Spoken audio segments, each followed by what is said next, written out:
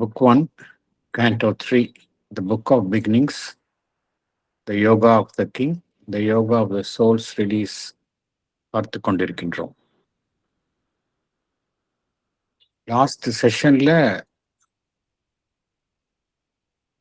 ஒரு 19 வரிகள் தொடர்ச்சியாக பார்த்தோம்.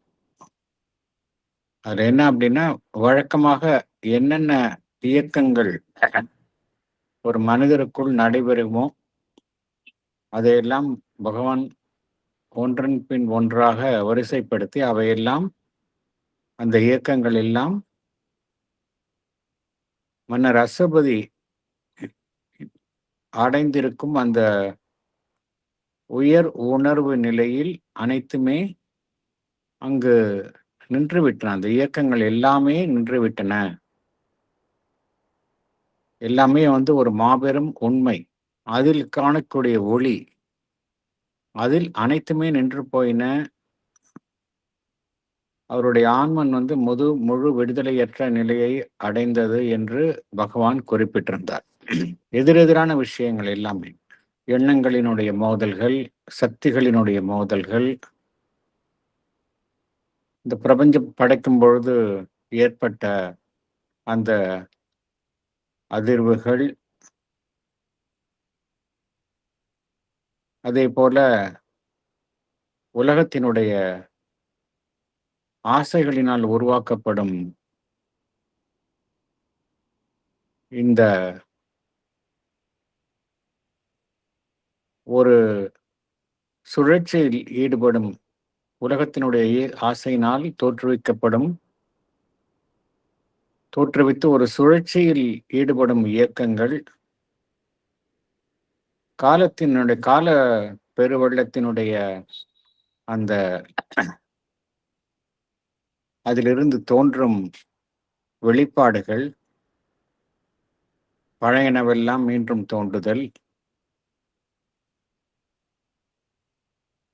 மனிதனுடைய அந்த ஆசை,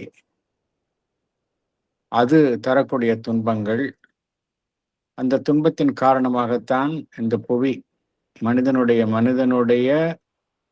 அந்த உந்துதல், அதன் காரணமாக உருவாகும் சிருஷ்டி. இந்த சிருஷ்டி என்ன செய்கின்றது? மண்ணிலிருந்து ஒரு உயிரினத்தை உருவாக்குகின்றது.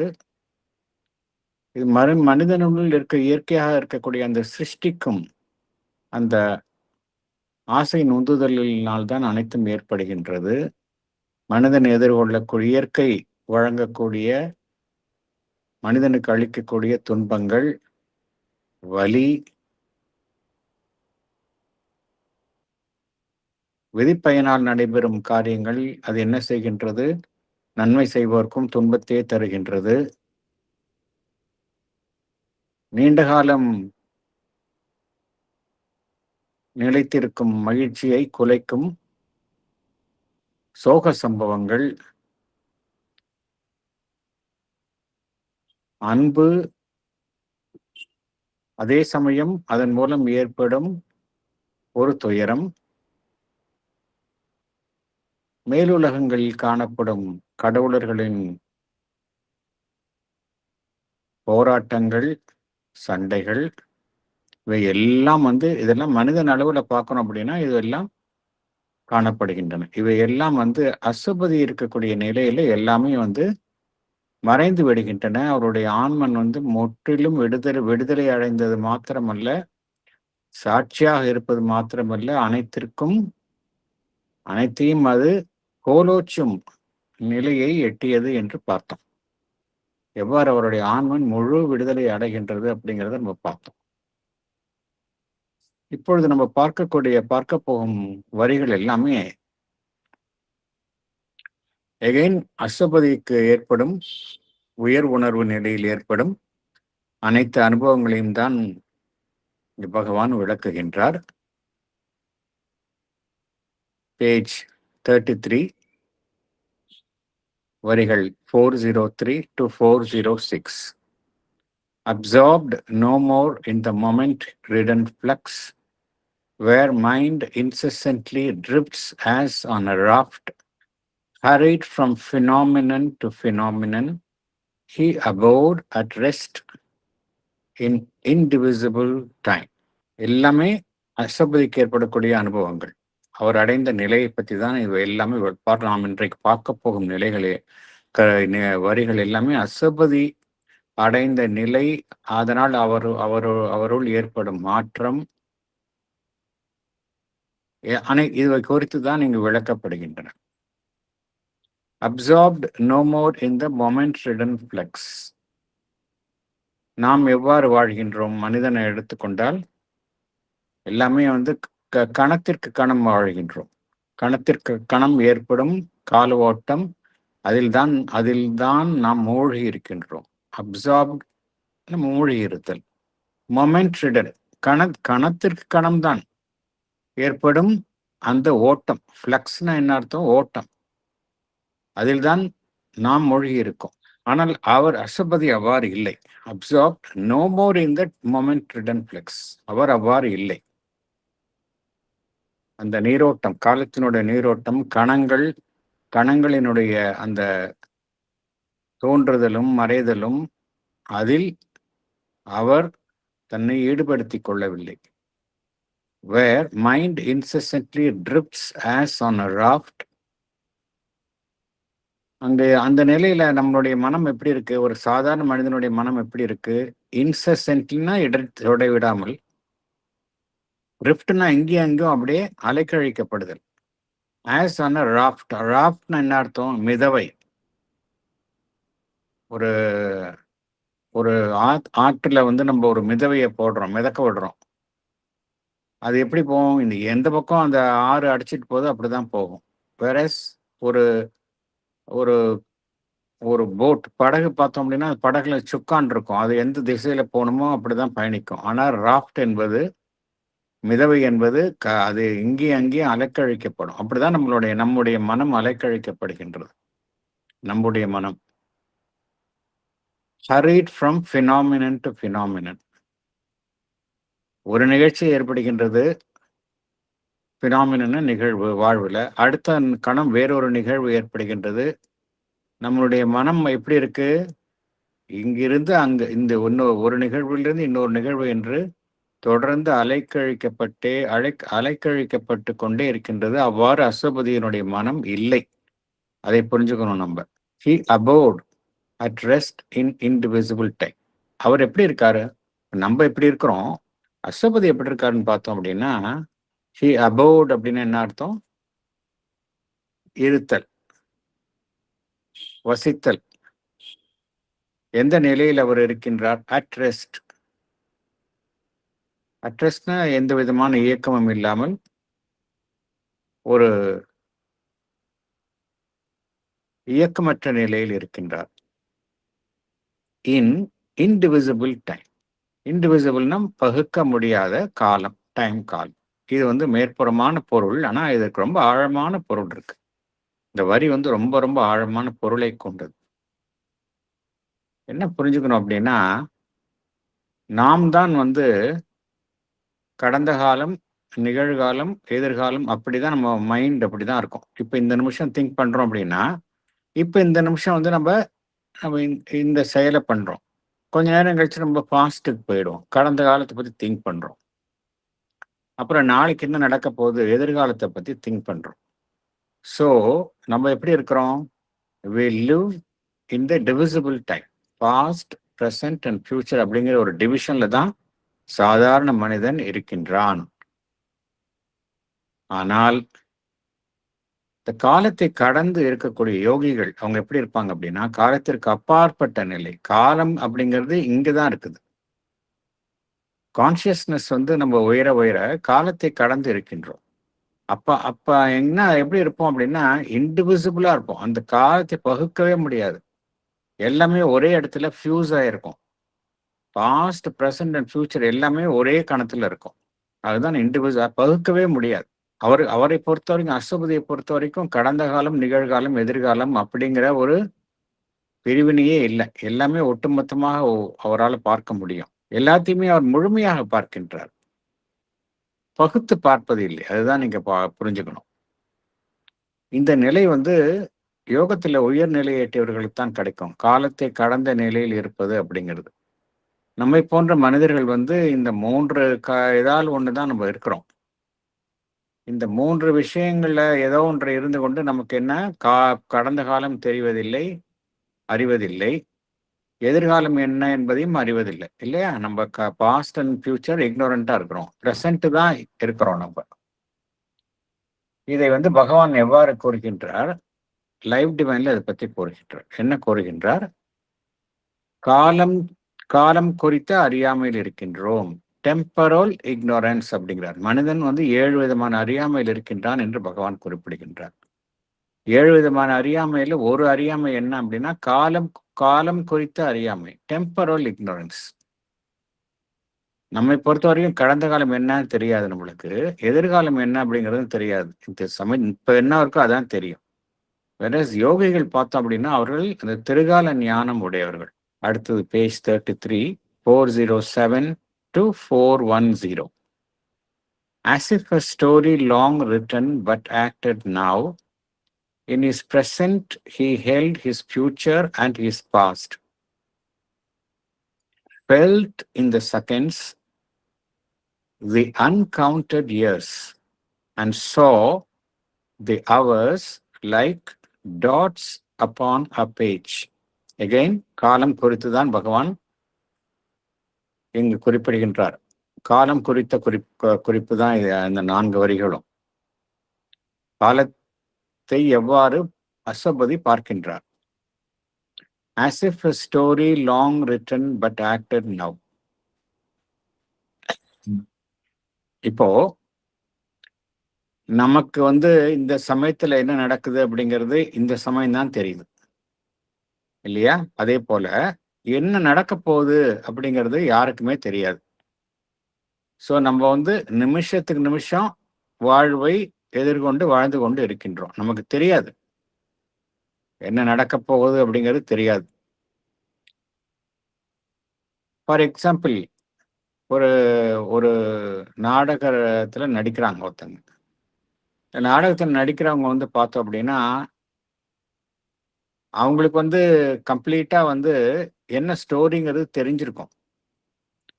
அறிந்தும் அறியாதவர்கள் போல அவங்க நடிப்பார்கள். ஆனா ஃபுல் ஸ்டோரியும் தெரியும். அடுத்தடுத்து என்னென்ன வரப்போகுதுன்னு அவங்களுக்கு தெரியும். நமக்கு எப்படி வாழ்வில் இருக்கக்கூடிய நடக்கக்கூடிய விஷயங்கள் நமக்கு தெரியவே தெரியாது இல்லையா? அந்தந்த சமயத்துல என்ன இருக்கோ அதுதான் நாம் செய்கின்றோம். அசுபதி எப்படின்னா அனைத்தையும் அறிந்திருக்கின்றார். ஒட்டுமொத்த கதையையும் அவர் அறிந்திருக்கின்றார். அந்த கதை ஒட்டுமொத்த as if a story long written, எப்பொழுதோ அது முடிந்து போன விஷயம், அது இப்ப அரங்கேற்றப்படுகின்றது. அப்படிதான் அவர் பார்க்கிறார். அவருக்கு வந்து எல்லாமே தெரிஞ்சிருக்கு, விஷயம் எல்லாமே தெரிஞ்சிருக்கு.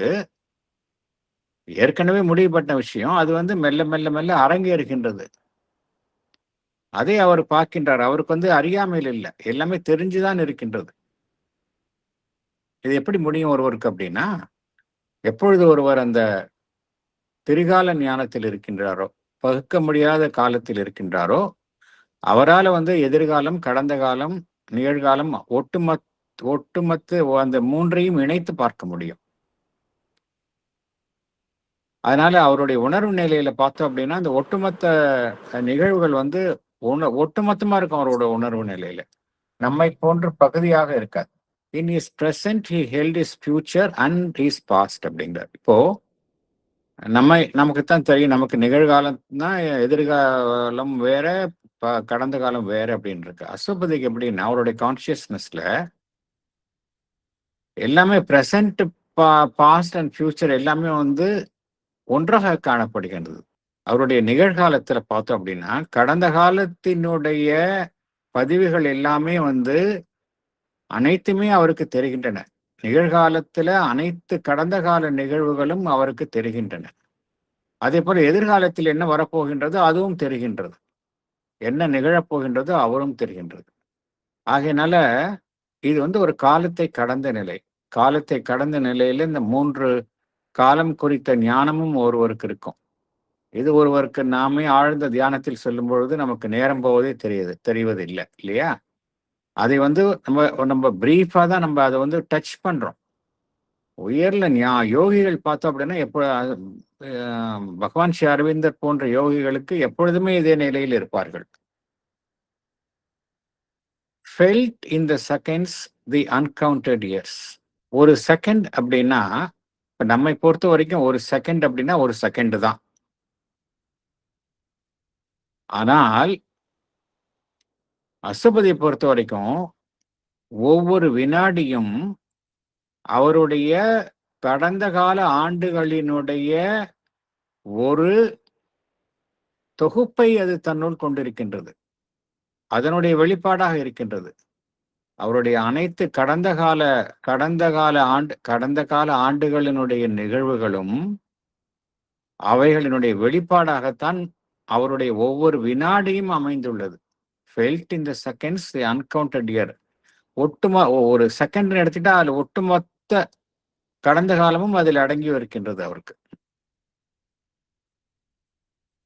ஒவ்வொரு வினாடியும் பார்த்தோம் அப்படின்னா அவரால் அந்த வருடங்களினுடைய தொடர்ச்சியான வருடங்களினுடைய முடிவற்ற வருடங்களினுடைய அந்த உணர்வை அவரால் அடைய முடிகின்றது. And saw the hours like dots upon a page. அவருக்கு முன்னால பார்த்தோம் அப்படின்னா அண்ட் saw the hoursனா நேரம், அந்த மணி நேரங்கள் அதை எவ்வாறு அவர் பார்க்கின்றார்? ஒரு பக்கத்தில் ஒரு வெள்ளை தாளில் பதிந்துள்ள புள்ளிகளைப் போல அனைத்தையுமே அவர் ஒட்டுமொத்த பார்வையாக பார்க்கின்றார்.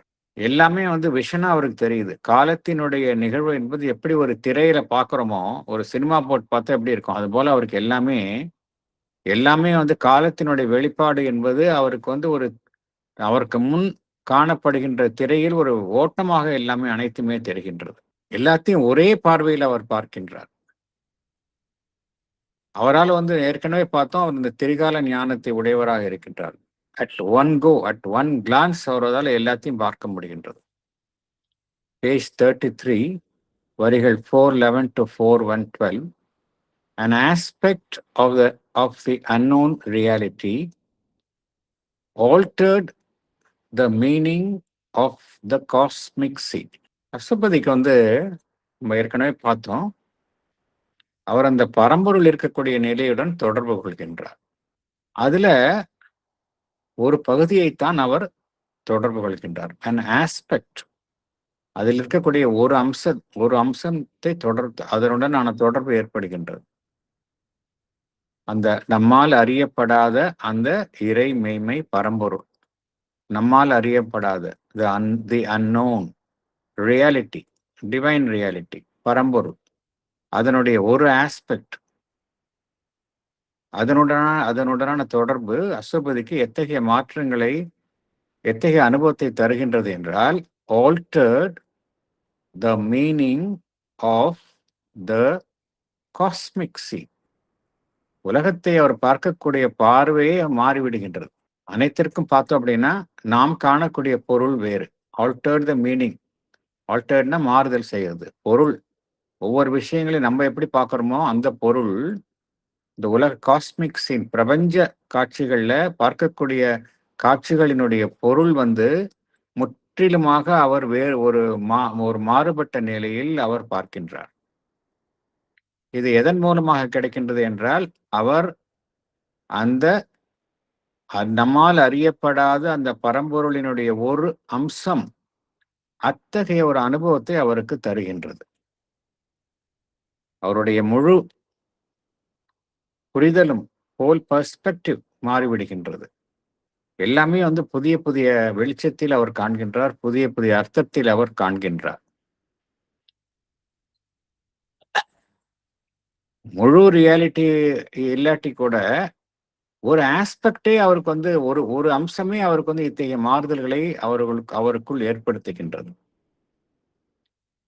இதெல்லாம் எப்படின்னா, அவர் மனதை கடந்த நிலையில் இருக்கின்றார். மனம் என்கின்ற நிலையில் நம்ம இருப்பதனால நமக்கு வெறும் பிளெயினா மனம் என்ன ஒரு உலகத்தை பார்க்கும் பொழுது, அதில் நடக்கக்கூடிய நிகழ்வுகளை பார்க்கும் பொழுது நம்முடைய மனம் நமக்கு என்ன ஒரு பொருளை கற்பிக்கின்றதோ அதைத்தான் நாம் அறிகின்றோம். அதுவும் ஐம்புலன்களின் மூலமாகத்தான் நாம் அனைத்தையும் அறிகின்றோம். ஆனால் அவருக்கு அப்படி கிடையாது. அவருடைய உணர்வு நிலை வந்து ஒரு உயரிய உணர்வு நிலையில் இருக்கின்றது.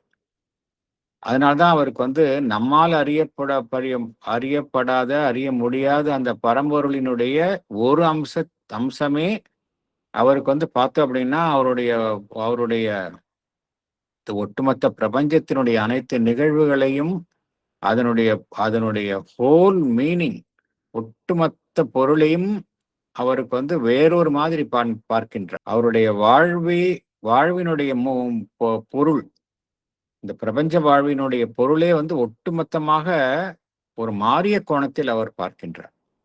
இதுதான் அஷ்டபதிக்குள் ஏற்படக்கூடிய மாற்றமாக இருக்கின்றது. அடுத்தது பேஜ் 33, வரிகள் 413 to 416. This huge material universe became a small result of a stupendous force, overtaking the moment the eternal ray illumined that which never yet was made. This huge material universe, நம்ம இருக்கக்கூடிய இந்த ஒட்டுமொத்த சட உலகினால் ஆன பிரபஞ்சம், huge, அது எப்படி இருக்கு? பிரம்மாண்டமா இருக்கு. இந்த பிரபஞ்சம் நம்மை பொறுத்த வரைக்கும் பிரம்மாண்டமாக இருக்கின்றது. மெட்டீரியல் யூனிவர்ஸ் அது எப்படி அஷ்டபதியினுடைய பார்வையில் மாறுகின்றது என்றால், became a small result of a stupendous force. அந்த மாபெரும் சக்தி, ஸ்டூபெண்டஸ் என்ன அர்த்தம்? மாபெரும் சக்தி, ஸ்டூபெண்டஸ் ஃபோர்ஸ். இந்த பிரபஞ்சத்தை படைக்கக்கூடிய இந்த இறை சக்தி எப்படி இருக்கு? மாபெரும் சக்தி. அதனுடைய ஒரு சிறு விளைவு தான் இந்த ஒட்டுமொத்த பிரபஞ்சமும். நமக்கு வந்து எல்லாமே பெருசா இருக்கு. நம்மளுடைய பார்வைக்கு இந்த மெட்டீரியல் யூனிவர்ஸ் பார்த்தோம் அப்படின்னா, இந்த பிக் பேங் தியரி அப்படிங்கிறோம், எல்லாமே வந்து பிரம்மாண்டமாக இருக்கின்றது. கற்பனை பண்ணி பார்க்க முடியல.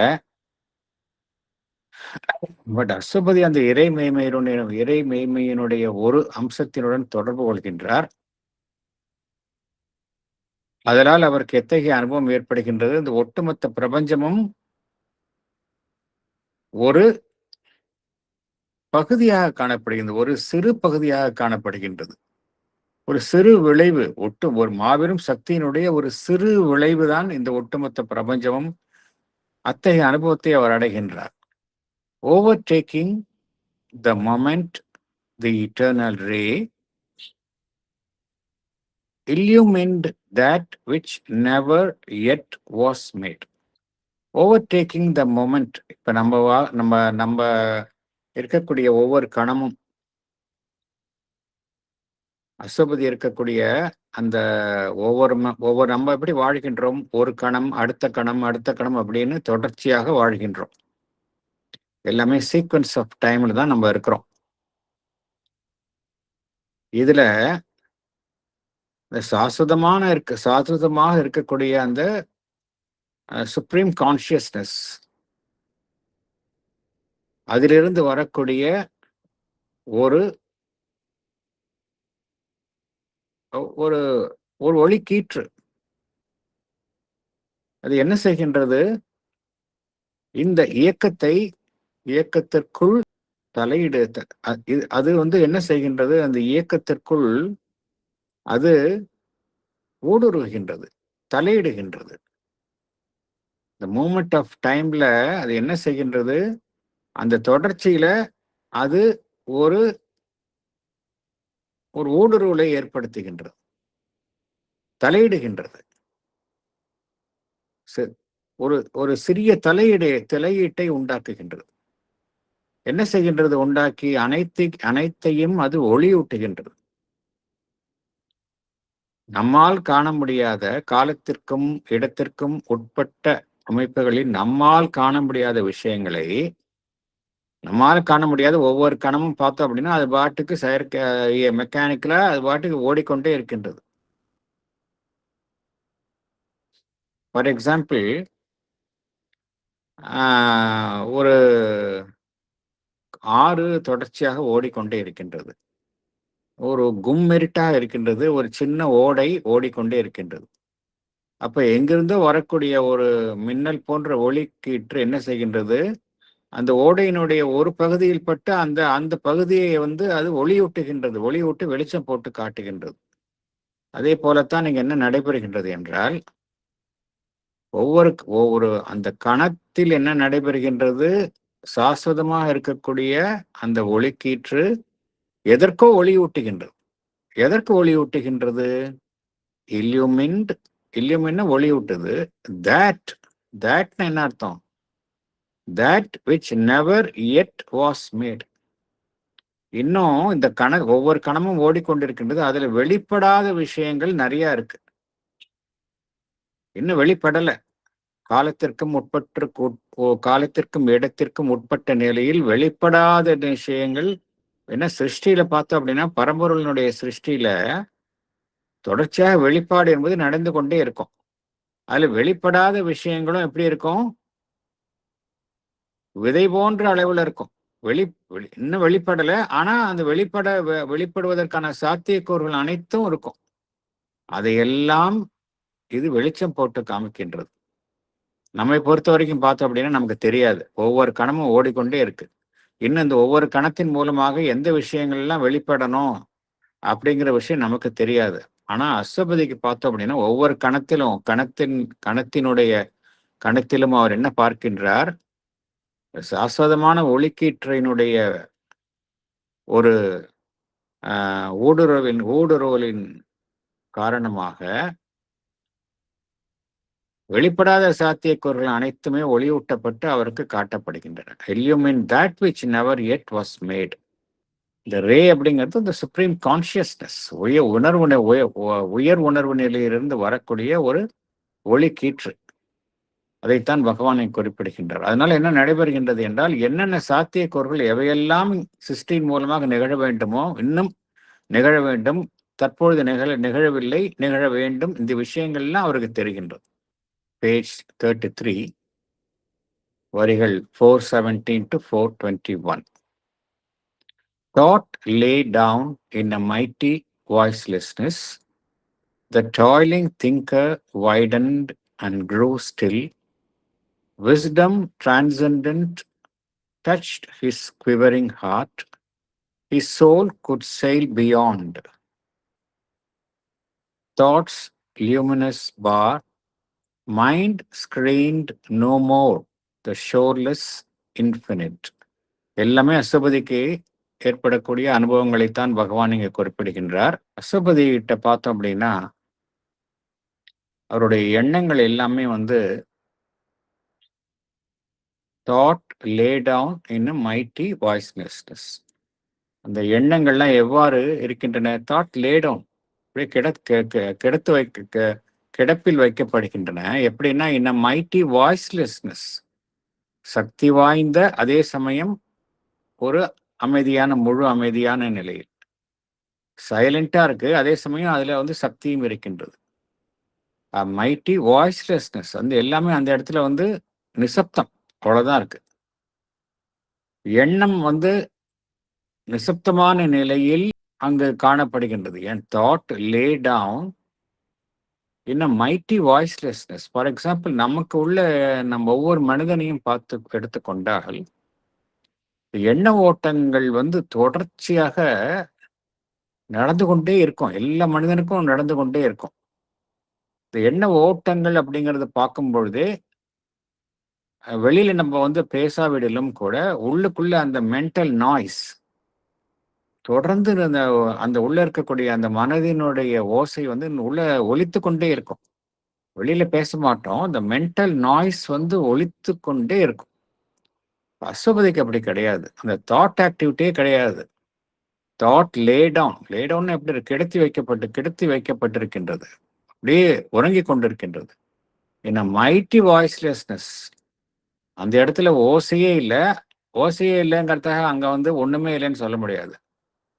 சக்தி வாய்ந்த ஓசையற்ற நிலையில் இருக்கின்றது. சக்தி வாய்ந்த ஓசையற்ற நிலையில் இருக்கின்றது. இதுதான், இத்தகைய அனுபவம் தான் பகவான் ஸ்ரீ அரவிந்தருக்கு ஏற்பட்டது என்பதை நாம் அறிவோம். கம்ப்ளீட்டா his mind became totally silent. Vishnu Bhaskar லீலையுடன் அவர் யோகம்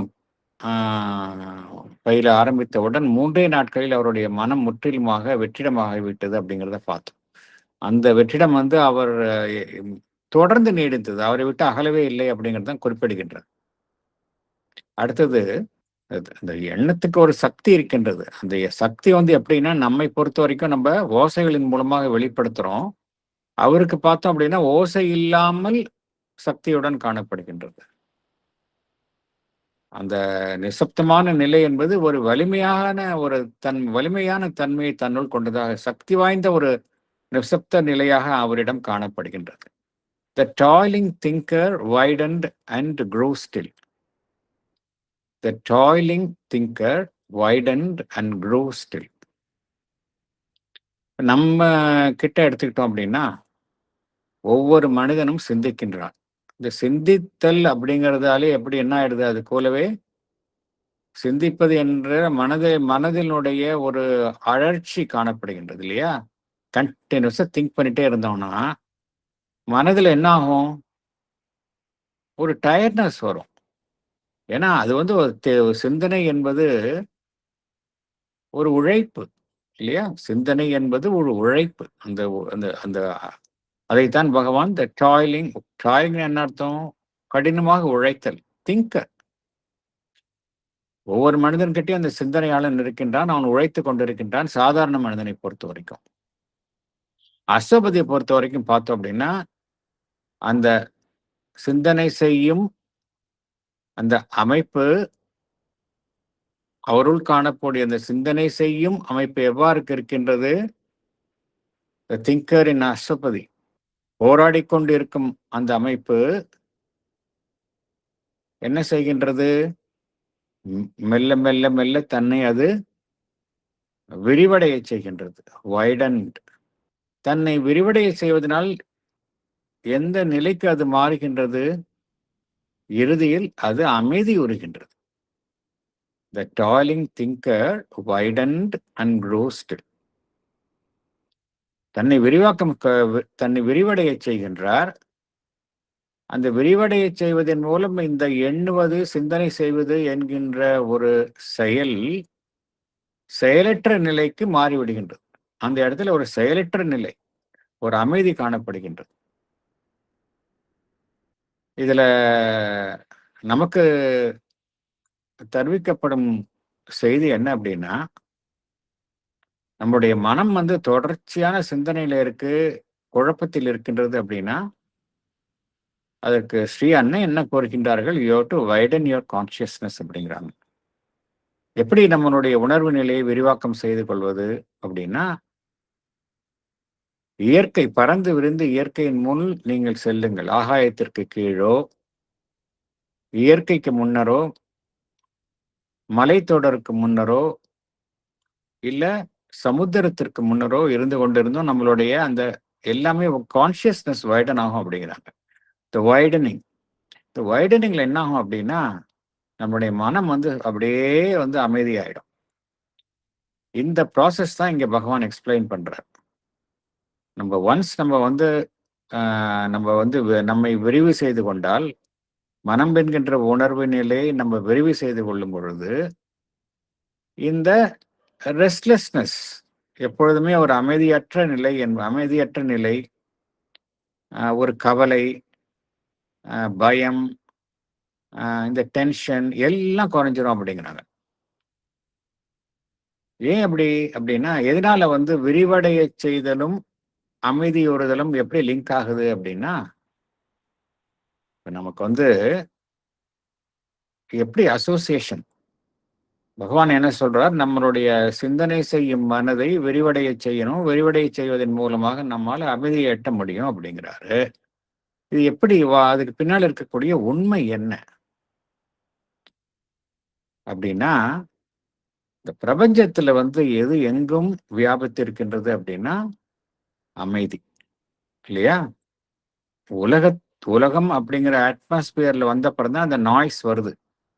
அதுவும் எங்க நாய்ஸ் இருக்கு? கீழே அந்த உலகம் அந்த மேல அட்மாஸ்பியர்ல தான் நம்மளுக்கு வந்து நாய்ஸ் இருக்கு. அதுக்கு மேல ஃபுல்லா வந்து இன்ஃபினிட் பறந்து விரிந்த பிரபஞ்சத்துல எல்லாமே நாய்ஸே கிடையாது. இதைத்தான் பிரபஞ்ச மௌனம் அப்படின்னு சொல்றோம். காஸ்மிக் சைலன்ஸ் அப்படின்னு சொல்றோம். ஸோ நம்மளுடைய மனம் என்கின்ற உணர்வு நிலையை நம்ம வந்து விரிவாக்கம் செய்து கொண்டால், நம்ம என்ன அந்த காஸ்மிக் சைலன்ஸ் பிரபஞ்ச ஒரு நிசப்தத்துடன் நாம் தொடர்பு கொள்கின்றோம். நம்மளுடைய மனம் அமைதி வருகின்றது. இதைத்தான் வேறொரு விதமாகவும் கூறுகின்றார்கள். எப்படி நம் மனதுள் அமைதியை கொண்டு வருவது? How to silence your mind அப்படின்னா, நீங்க ஸ்ட்ரகிள் பண்ணாதீங்க அதுக்கு. Yield to the silence. எங்கும் இருக்கக்கூடிய பரவியுள்ள அந்த நிசப்தத்திற்கு நீங்கள் இணங்குங்கள். ஈல்டுன்னு என்ன அர்த்தம்? சுத்தி இருக்குது, அதுக்கு ஜஸ்ட் ஓப்பனா நம்ம திறவாக வைத்துக் கொள்வது. அப்ப என்ன ஆகும்? இந்த சைலன்ஸ் வந்து நமக்குள்ளேயே டிசன்ட் ஆகும். அப்படியே மனம் அமைதியாகணும் அப்படின்னு தான் மதர் சொல்றாங்க. ஸோ இதுல என்ன புரிஞ்சுக்கிறோம் அப்படின்னா, the toiling thinker widened and grow still. wisdom transcendent touched his quivering heart. wisdom ஞானம், டிரான்சென்டன்ட்னா எங்க இருக்கு? எல்லாம் கடந்த நிலையில் இருக்கக்கூடிய அந்த ஞானம், அது டச்ட் எதை தொடுகின்றது? ஹிஸ் குவிவரிங்னு என்ன அர்த்தம்? சின்ன நடுக்கம் வரும். இப்போ நம்ம உணர்ச்சி வந்துருச்சுன்னா என்ன?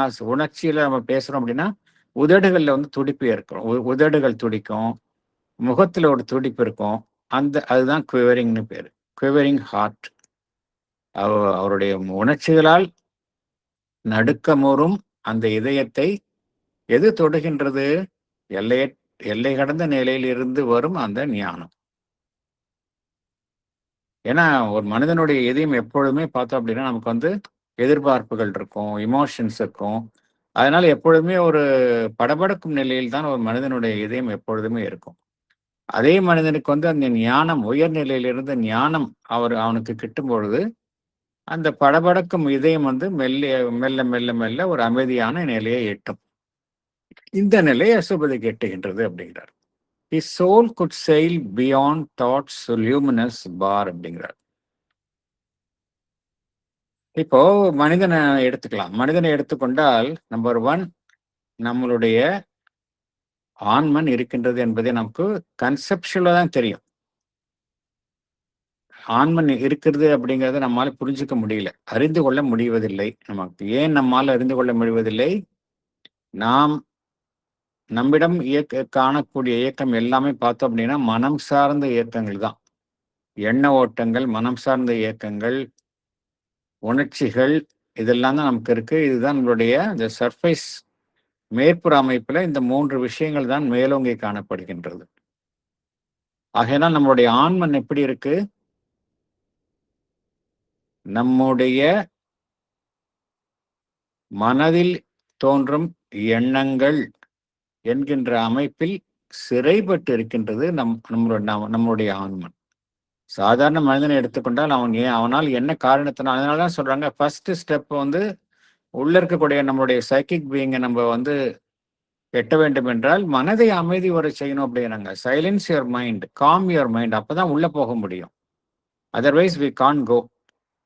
ஏன்னா நம்முடைய தாட்ஸ் வந்து தொடர்ந்து நமக்குள்ள எண்ண ஓட்டங்கள் நடைபெற்று கொண்டே இருக்கின்றது.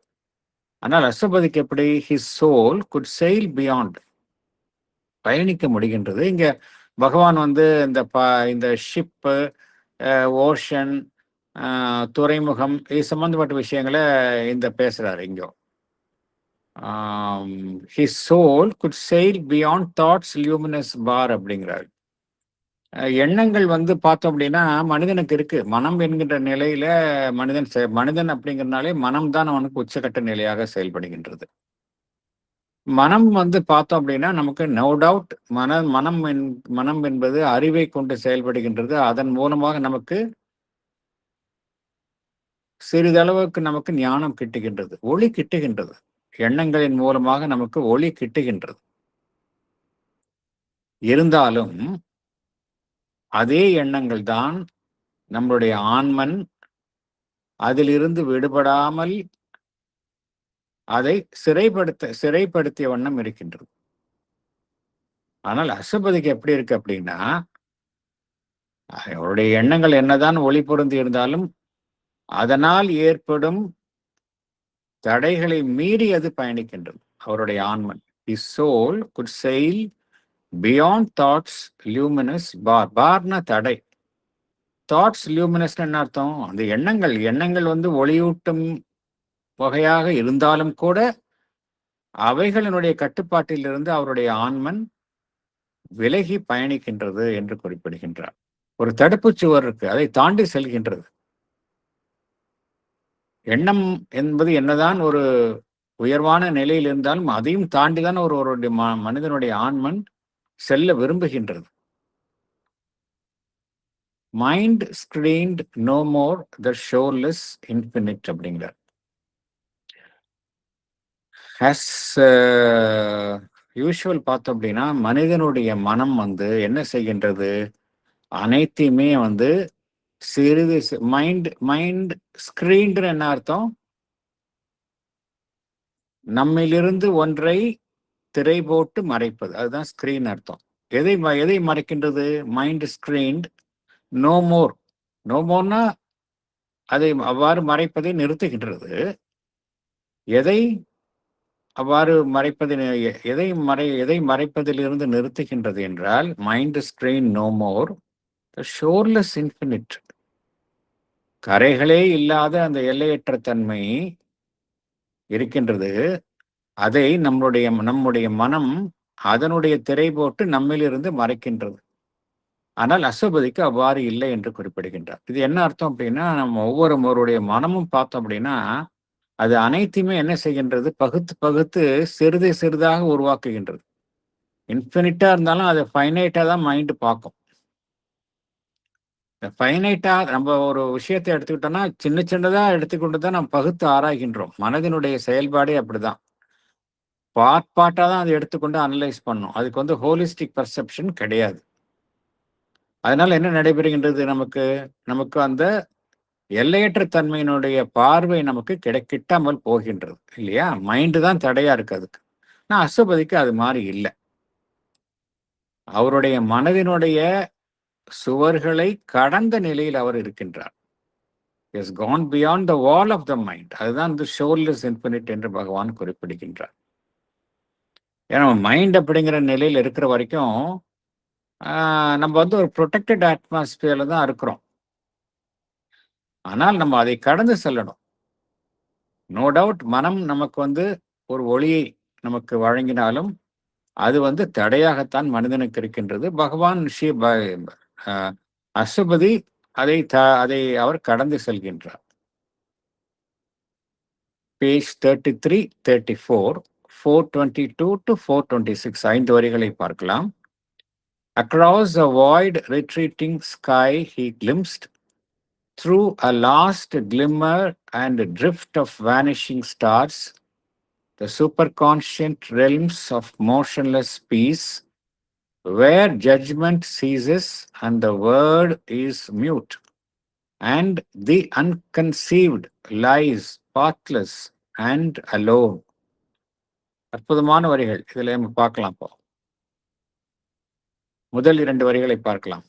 Across a void retreating sky he glimpsed, through a last glimmer and drift of vanishing stars. Across a void என்ன அர்த்தம்? அதன் ஊடே பார்க்கின்றார். வாய்ட்னா அந்த இடத்துல ஒண்ணுமே இல்லை, எல்லாம் வெற்றிடமாக இருக்கின்றது. ரிட்ரீட்டிங் ஸ்கை, அந்த ஆகாயம் எப்படி இருக்கு? ஆகாயம் வந்து விரிவடைந்து கொண்டே செல்கின்றது. அதை கையில பிடிக்கவே முடியாது. கிட்டக்கு போனா இன்னும் தள்ளி போகுது. அதான் ரிட்ரீட்டிங் அர்த்தம். ரிட்ரீட்டிங் ஸ்கை ஹி கிளிம்ஸ்ட், அவர் பார்க்கின்றார். கிளிம்ஸ்ட்னா என்ன அர்த்தம்? ஒன்றை குறித்த ஒரு கணநேர பார்வை, அதுதான் கிளிம்ஸ்ட். எதை பார்க்கின்றார்? Through a last glimmer. Glimmer என்ன அர்த்தம்? ஒரு பிரகாசிப்பு, அதான் கிளிம்மர். பிரகாசிப்பு, அது பிரகாசிப்பைத்தான் கிளிம்மர் அப்படிமோ. Through a last glimmer. பிரகாசிக்கின்றது, அத்துடன் அது மறைந்து விடுகின்றது. பிரகாசிக்கின்றது, அத்துடன் அது மறைந்து விடுகின்றது ஒவ்வொரு பொருளும். Through a last glimmer and drift. ட்ரிஃப்ட்னா என்ன அர்த்தம்? மறைந்து விடுகின்றது. ஆஃப் வேனிஷிங் ஸ்டார்ஸ், நட்சத்திரங்கள் அவ்வாறு தோண்டி மறைந்து கொண்டே இருக்கின்றன. இதை அவர் வந்து அந்த எல்லையற்று விரைந்து கொண்டே போகும் ஆகாயத்தின் மூலமாக அவர் பார்க்கின்றார். அவருடைய எண்ணம், அதனுடைய மனம் என்கின்ற சிறையிலிருந்து அவர் விடுபடுகின்றார். எல்லையற்ற நிலையை அடைகின்றார். அந்த எல்லையற்ற தன்மையை அடைந்தவுடன் அவர் அப்படியே ஒரு பரந்த வெளியில் இருக்கின்றார். ஆகாயம் அப்படியே அவரிடமிருந்து விலகிக் கொண்டே போவது போல் காணப்படுகின்றது. அதில் மறைந்து மினுமினுக்கும், ஆனால் அதே சமயம் மறைந்து கொண்டே இருக்கும் நட்சத்திரங்கள் தோன்றி மறைந்து கொண்டே இருக்கின்றன. இத்தகைய நிலையை அவர் அடைகின்றார். அவ்வாறு செல்லும் பொழுது அவர் எந்த பகுதிகளை எட்டுகின்றார் என்றால், எதனுடைய பார்வை அவருக்கு கிட்டுகின்றது என்றால், த சூப்பர் கான்ஷியன்ட் ரெல்ம்ஸ்.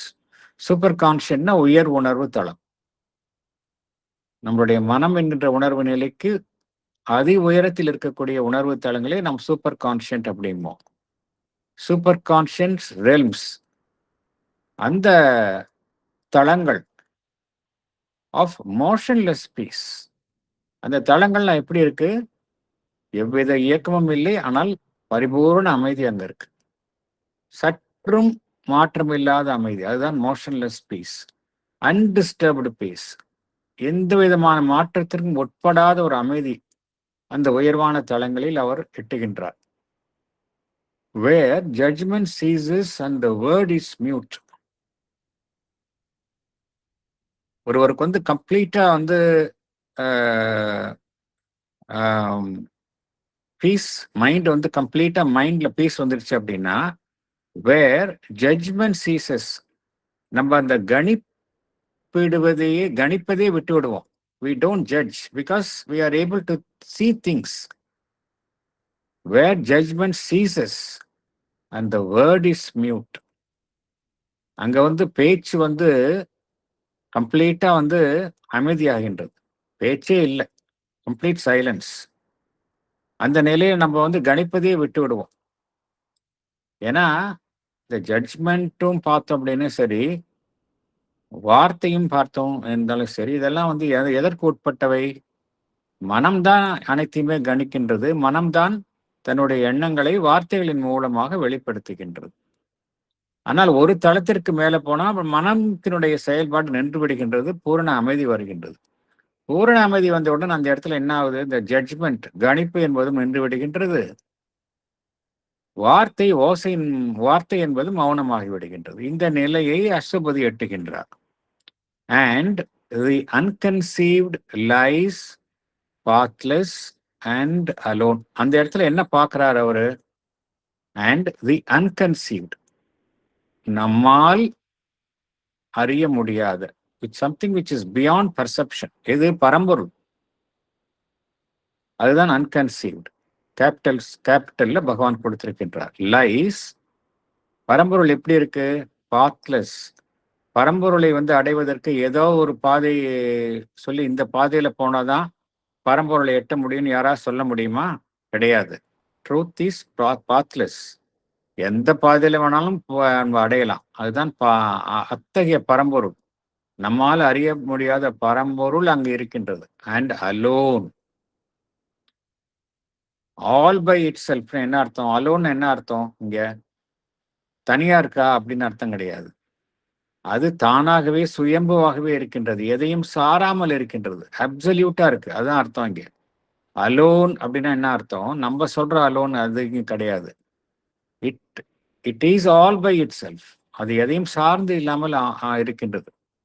ஏன்னா அது எதற்காக பகவான் அதை அன்கன்சீவ்னு சொல்றாரு அப்படின்னா, அதை நம் மனம் என்கின்ற ஒரு அமைப்பின் மூலம் அதை அறிந்து கொள்ள முடியாது, புரிந்து கொள்ள முடியாது. எல்லா விதமான எண்ணத்தினுடைய பிடிக்கும் அப்பாற்பட்ட நிலையில் அது இருக்கின்றது. சூப்பர் கான்ஷியன்ட் ரெல்ம்ஸ் அப்படிங்கிறது எப்படி இருக்கு?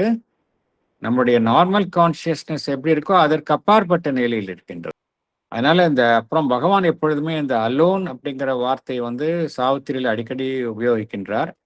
இந்த அலோன் அப்படிங்கிற வார்த்தைக்கு பார்த்தோம் அப்படின்னா ஆழ்ந்த சக்தி உண்டு. ஆழ்ந்த சக்தியை தன்னுள் அடக்கிய வார்த்தை தான் இந்த அலோன் அப்படிங்கிறது. இட் ஹாஸ் அ மந்த்ரிக் பொட்டன்சி அப்படிங்கிறாங்க. ஏன்னா அது அலோன்கிறது எதை குறிக்கின்றது என்றால், இந்த ஆன்மனினுடைய அந்த ஆன்மன், அந்த பரம்பொருள் அதனுடைய அந்த தனித்திருக்கும் நிலையை எது குறிக்கின்றது. பரம்பொருளினுடைய தனித்திருக்கும் நிலையை குறிப்பதனால அது மிகவும் சக்தி வாய்ந்த வார்த்தை என்று குறிப்பிடப்படுகின்றது. அடுத்து 2 வரிகளை பார்க்கலாம். Page 34, 427 to 428. There came not form or any mounting voice. There only were silence and the absolute. There came not form ன்னு அர்த்தம். அங்க எந்த வடிவமும் இல்லை. எனி மவுண்டிங் வாய்ஸ், எந்த ஒரு ஓசையும் அங்கு காணப்படவில்லை. ஓசை மூலமாக ஒன்றை வெளிப்படுத்த வேண்டும் என்கின்ற அவசியம் இல்லாத நிலை அங்கு காணப்படுகின்றது. தேர் ஒன்லி வேர் சைலன்ஸ், அங்க பூரண அமைதி இருக்கின்றது. அண்ட் தி அப்சல்யூட், இந்த பரம்பொருள், ஒப்பியர்வற்ற பரம்பொருள், எதையும் சாராமல் தானாகவே இருக்கும் அந்த பரம்பொருள், அதுதான் இருக்கு அங்க. எது வேற, இதை தவிர வேறு எதுவுமே இல்லை அந்த நிலையில. அடுத்தது பேஜ் 34, வரிகள் 429 to 432.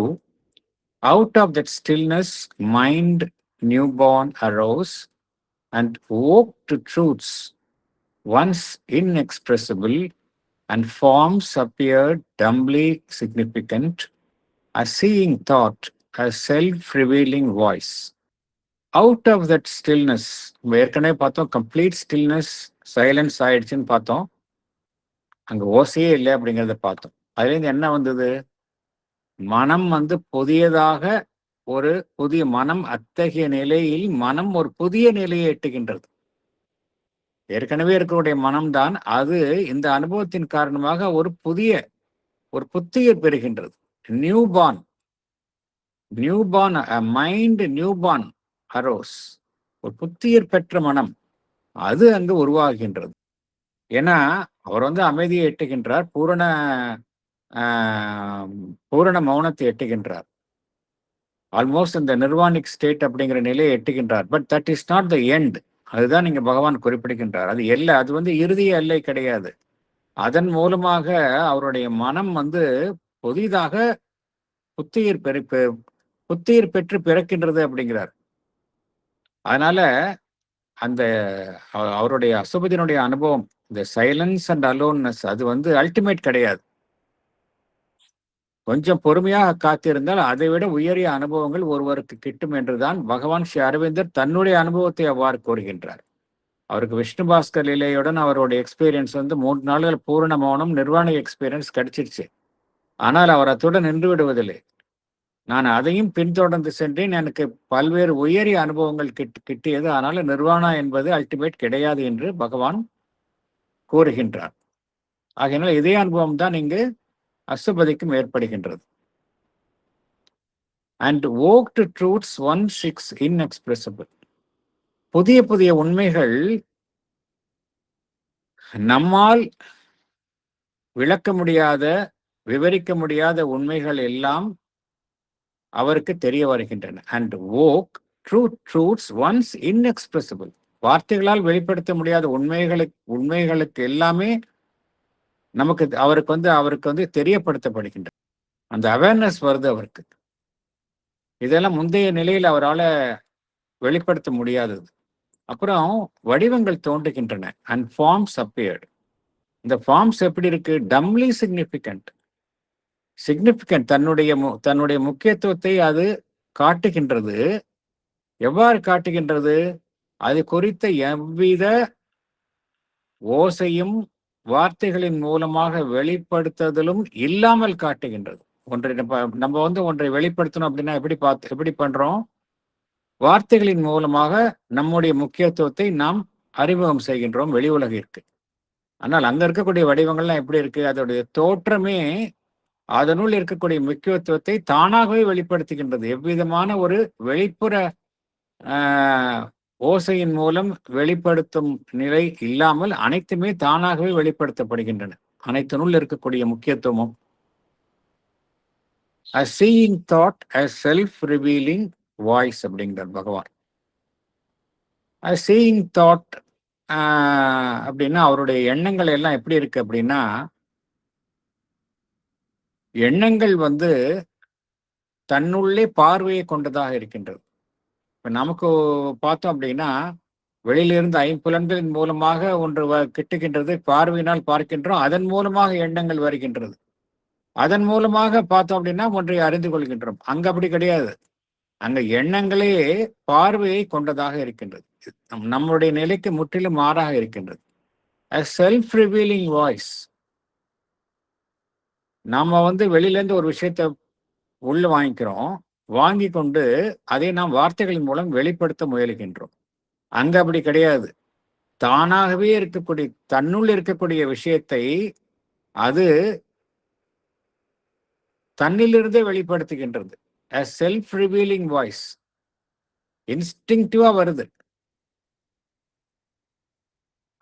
அதனுடைய மூலம், அதனுடைய மூலப்பொருள் எல்லாமே தனக்குள்ளிருந்து வருகின்றது. அதான் அர்த்தம். வெளியிலிருந்து வரல. மூலம், மூலப்பொருள் எல்லாமே தனக்குள்ளேருந்தே வருது, இன்ஸ்டிங்டிவா வருது. இதெல்லாம் எதன் மூலமாக வருகின்றது அவருக்கு? அந்த புதிய மனம், புதிய மனதினுடைய பிறப்பு, a நியூ மைண்ட். அதன் மூலமாகத்தான் இவை அனைத்தும் வருகின்றது. அடுத்து வரிகள், 4 வரிகள், page 34, 433 to 436. He knew the source from which his spirit came. Movement was married to the immobile vast. He plunged his roots into the infinite. He based his life upon eternity. He knew the source from which his spirit came. அவருடைய ஆன்மன், அவருடைய true being எந்த மூலத்திலிருந்து வந்தது என்பதை அவர் அறிகின்றார். Moment was married to the immobile vast. இப்போ நம்மகிட்ட இருக்க பார்த்தோம் அப்படின்னா இயங்குகின்றோம், இயங்காமல் இருக்கின்றோம், எதிரெதிரான நிலையில் இருக்கின்றன இல்லையா? இயக்கம், இயக்கம் இல்லாத நிலை, எதிரெதிரான நிலைகள் இருக்கின்றன. அசபதி கிட்ட பார்த்தோம் அப்படின்னா இயக்கம் அந்த இயக்கத்தில் ஈடுபடாத அந்த எல்லையற்ற தன்மை அதனுடன் இருக்கின்றது. மொபிலிட்டி அண்ட் இம்மொபிலிட்டி இரண்டும் பார்த்தோம் அப்படின்னா ஒன்றுடன் ஒன்று இணைந்த நிலையில் காணப்படுகின்றது, ஒரு புதிய பரிமாணத்தில் காணப்படுகின்றது. இது பார்த்தோம் அப்படின்னா யோகிகளுக்கு முடியும். யோகிகள் எல்லாமே செயல்படுவது போல இருக்கும், அவர்கள் பின்னாடி பார்த்தோம் அப்படின்னா ஒரு செயல்படாத ஒரு அம்சம் இருக்கும். He plunged his roots into the infinite. இப்ப நம்முடைய ரூட்ஸ் எல்லாம் எங்க இருக்கு? மூலம் எல்லாமே சப்கான்சியஸ்ல இருக்கு, கீழே இன்கான்சியன்ஸ்ல இருக்கு. அசுபதியினுடைய மூலங்கள், he plunged his roots, அந்த பரம்பொருள் இன்ஃபினிட், எல்லையற்ற தன்மை, அதில் தான் அவருடைய வேர்கள் பதிக்கப்படுகின்றன. நம்முடைய வேர்கள் எல்லாமே இன்கான்சியன்ட்ல இருக்கு. அசுபதியினுடைய வேர்கள் எல்லாம் பார்த்தோம் அப்படின்னா அந்த பரம்பொருளினுடைய எல்லையற்ற தன்மை அதுலதான் இருக்கு, மெட்டீரியல் பிளேன்ல இல்ல. He bases his life upon eternity. நம்ம நம்முடைய வாழ்க்கை எடுத்துக்கொண்டோம் என்றால் எல்லாமே காலத்திற்கு உட்பட்ட வாழ்வு. தோன்றி மறைதல் அனித்தியம். அசுபதியினுடைய வாழ்வு எப்படி இருக்கு? சாஸ்வதமான நிலை, காலத்திற்கு அப்பாற்பட்ட நிலையில். அங்கதான் அவருக்கு இருக்கு. ஏன்னா அவருடைய ரூட்ஸ் இன்ஃபினிட்ல இருக்கிறதுனால அவர் காலத்திற்கு உட்பட்ட இந்த உலக வாழ்வு, இந்த உலகத்திற்கு, இந்த எர்த்லி டைம், அதிலிருந்து அந்த பரம்பொருளை சார்ந்த சாஸ்வதமான அந்த நிலையில் அவர் இருக்கின்றார். அவருடைய வாழ்வு அதன் அடிப்படையில் அமைக்கப்படுகின்றது. He bases his life upon eternity. எல்லாமே சாஸ்வத தன்மை. அன்னையிடம் கேட்கின்றார்கள் ஏதோ ஒரு காலகட்டத்தில், நீங்க இன்னும் பெயிண்டிங்லாம் முடிக்க வேண்டியிருக்க, எப்போ முடிக்க போறீங்கன்னு அப்படின்னு கேட்குறாங்க. அன்னை சொல்கின்றார், நம்ம காலத்தை பற்றி பேசாதீங்க, நாம் எப்பொழுதுமே we live in eternity. சாஸ்வதமான நிலையில் தான் இருக்கின்றோம், அதற்காக காலத்திற்கு உட்பட்டவர்கள் இல்லை நாம் என்று கூறுகின்றார்கள்.